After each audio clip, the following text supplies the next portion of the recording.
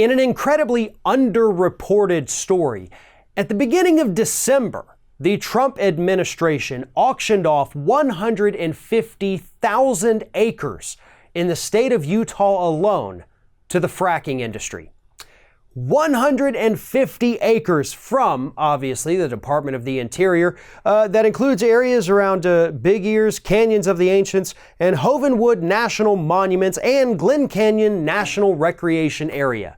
Sites that bring in hundreds of thousands of tourists every single year.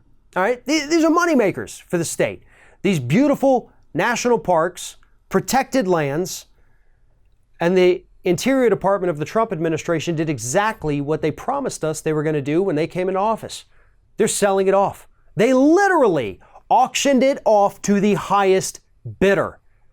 So now, these national monuments that generate revenue for the state, that attract people from all over the country to come see these natural wonders, they're going to belong to the fracking industry.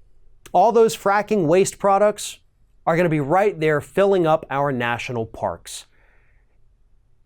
And the worst part is that, as I pointed out, this happened at the beginning of December.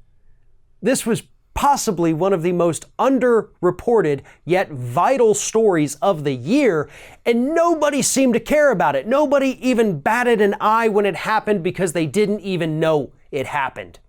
You know, environmental sites like EcoWatch, they do a phenomenal job of covering stories like this that people actually should be paying attention to, stories that matter.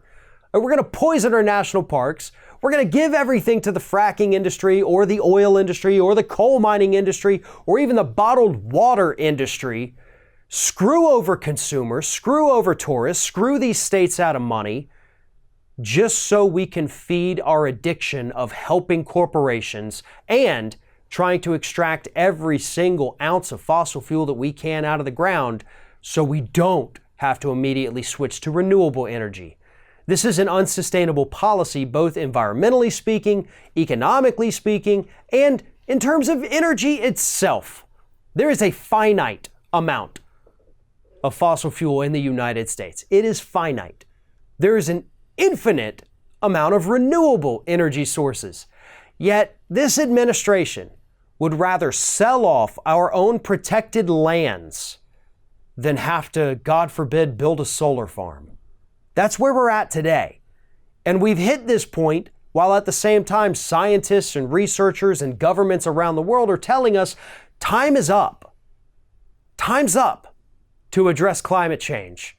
It has to start today or else in 10 to 12 years, we are really screwed. That's what the reports are telling us. But rather than addressing that, rather than doing something about it, this administration just auctioned off 150,000 acres, and nobody seemed to care that it happened.